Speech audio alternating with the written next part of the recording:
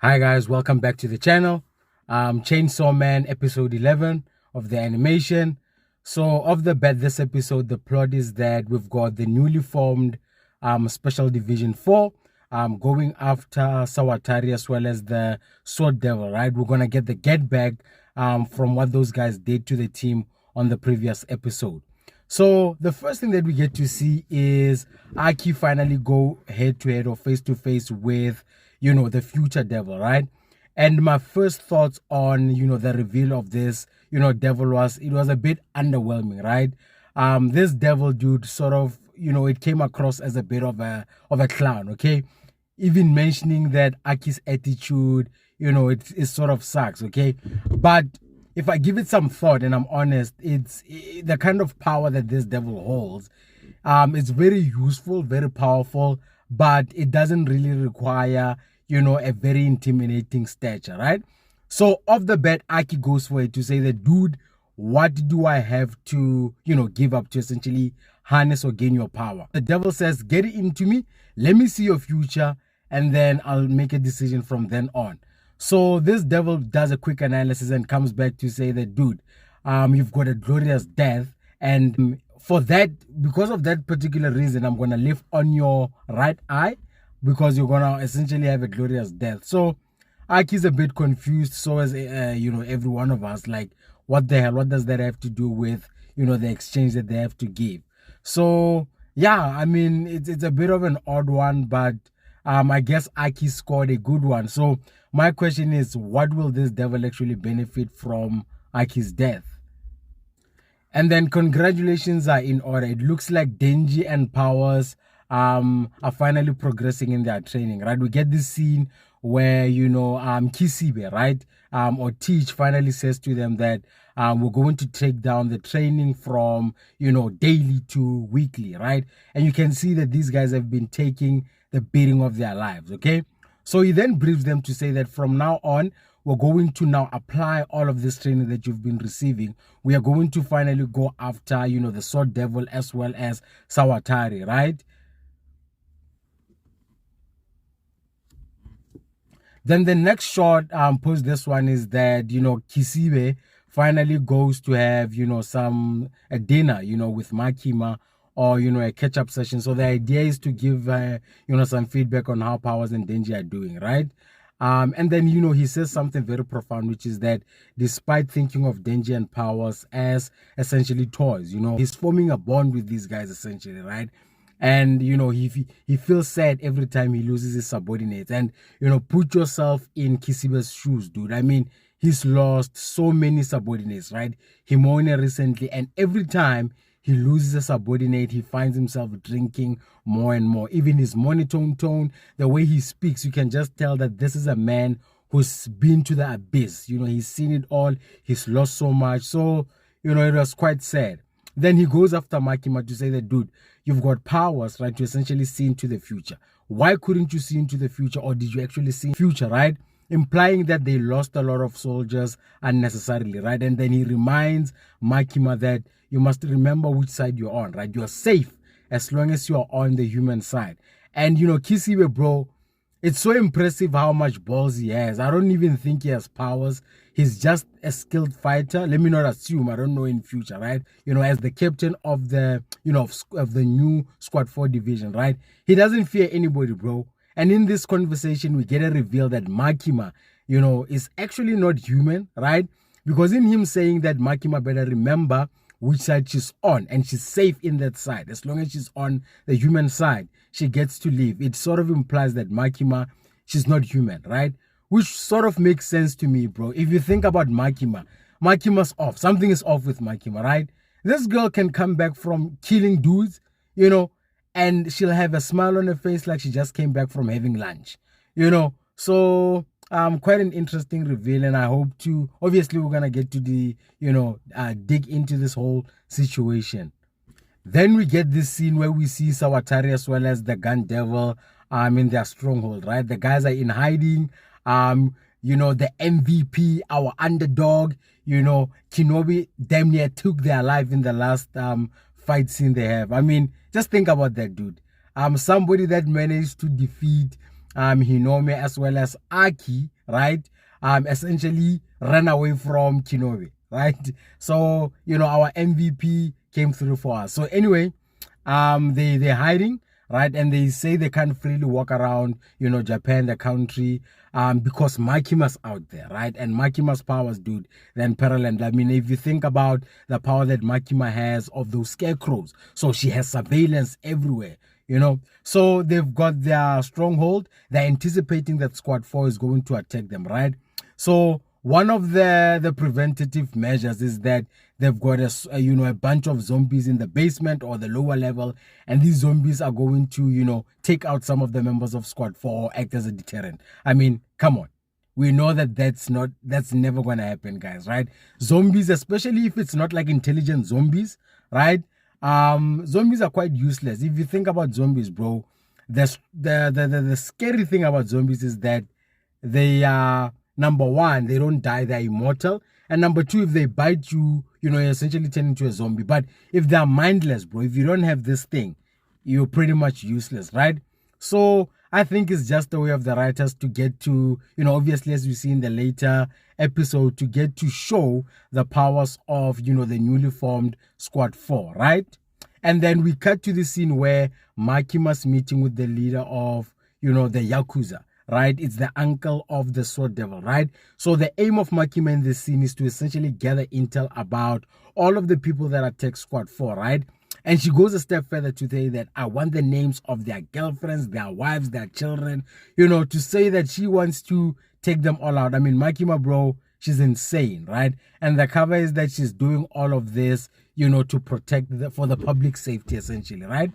But then this Yakuza boss says to Makima that I can't snitch. This could essentially cause, a big time war. Okay, if this came out that I snitched and I gave away all that information. And then Makima, dude, she pulls out a freaking bag with eyes, bro, of all the people who were in that room, right?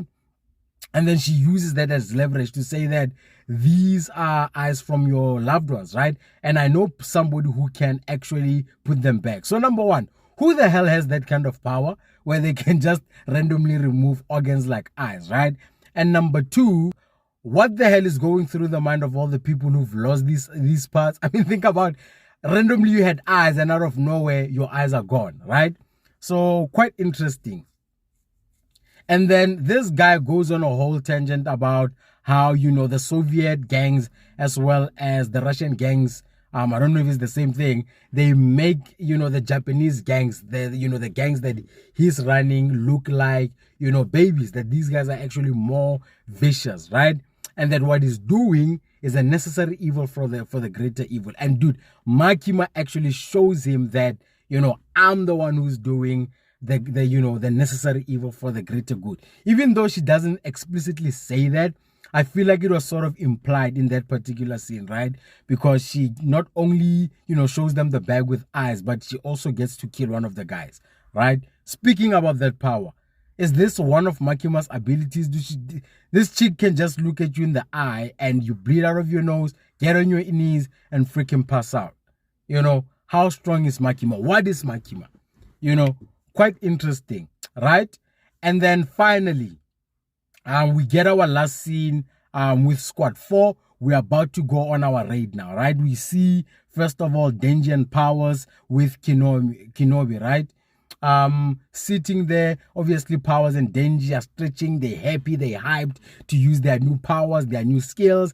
And, Kenobi's there scared as hell. But we know, girl, we know you with the shits, okay? We know you good, you dope. So I can't wait to see that. Now, Kisibe then introduces, dude, the newly formed squad, okay? The new members. Obviously, we know Aki, we know Kenobi, we know Powers, we know Denji, we know him, we know Makima, right? Now, we get to see the new members. So, the first of all, we've got a Shark Devil, right? So, this guy, he has the ability to essentially swim through any surfaces, right? Quite a useful power, I guess, I suppose, right? And then again, he can transform into, a shark for some time, okay? The second member that we get is the Violence Fiend, okay?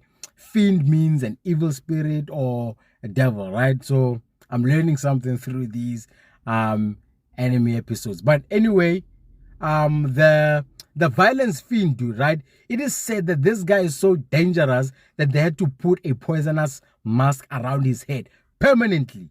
Okay, I'm going to hold the series to this. These guys keep on, giving these guys these great feats, right? For example, Kenpachi managed to defeat a captain at a young age, right? We want, payment on these kind of feats, bro. So yeah, and then the third one is the Spider Devil, right? This girl straight up gave me Wednesday Wednesday vibes from the Addams Family. Obviously she can turn into a spider, the lower part of her body, and she's cutting niggas off, bro. She's cutting their heads off. Quite a useful power, if I would say so myself. And then the last one, we've got the Angel Devil, the fourth one, right? So this name is an oxymoron, right? And then Kishibe provides that this guy, he has no animosity towards humans, right? He looks like a cool dude. He's walking around with his popcorn, and his abilities is that when he touches you, it halves your lifespan, And then fortunately, he also has wings. From the action scene, we get to see that these wings are quite strong, right? So yeah, those are the new members. The guys are out there obviously mopping the floor with those zombies that Sawatari had set up for them, right? Now, it looks like the guys then go into the building. They're penetrating the building, right? And then Aki finally, wanders into or meets Sawatari, right? Quite poetic, bro, because essentially Sawatari is responsible for Hinomi's death, right? She's the one that was under attack, forced Hinomi to, summon the full ghost spirit, right? In doing so, sacrificed herself. So now the interesting thing about this part is that Sawatari's snake devil, when it devours a devil, right, or kills it, it essentially absorbs it, right? Because she summons the ghost devil, right? And then, dude, Aki's managed to put up a fight because now he's got his own version of the Sharingan. He's got future side. He's got the, the future devil, right? He's able to see those attacks come. He's cutting off some of those legs. But eventually, dude, it captures him, right? And then Sawatari straight up goes for the kill. She says, strangle him to death. Strangle him. And then, bro, again, Aki, bro. Aki, he finds himself in another position where he's weak, right? And this ties back to the earlier conversation, actually two conversations in this particular episode. Number one, the one with the future devil, where he was telling him that he's going to have a glorious death, right? So this is a telltale sign, obviously, because there's nothing glorious about Aki dying from being strangled, right? And then number two, which is a conversation he had with Kuroso and Tendo, right? Where in one of the scenes, Tendo was telling Aki that, dude, don't you think you're a bit overly ambitious about what you want to achieve? Killing the gun devil, right? You just got your ass beat by, relatively strong but normal devils. What do you think you're gonna do to the biggest, the strongest devil out here, right? And then Aki says to him that, dude, I don't give two shits. Okay, I'm determined, and at this point, hunting this guy is essentially all that I have. Which speaks to the amount of deep-rooted hatred and trauma that Aki has, bro. So yeah, interesting to see how this plot line gets resolved. But overall, I enjoyed the episode. I loved it. I think Aki obviously is gonna get saved. I wonder if it's going to be Denji to sort of, pay him back. Because Aki did save Denji. Remember the first time we got an introduction of the folk spirit, right? So yeah, overall great episode. I would rate this a 9.5 out of 10. So yeah, that's it for the review, guys. If you enjoyed the video, please leave a like. In the comment section, let me know what you enjoyed about this, episode. And if you love these videos, guys, please consider subscribing to the Anime Multi Universe. Check you guys next time.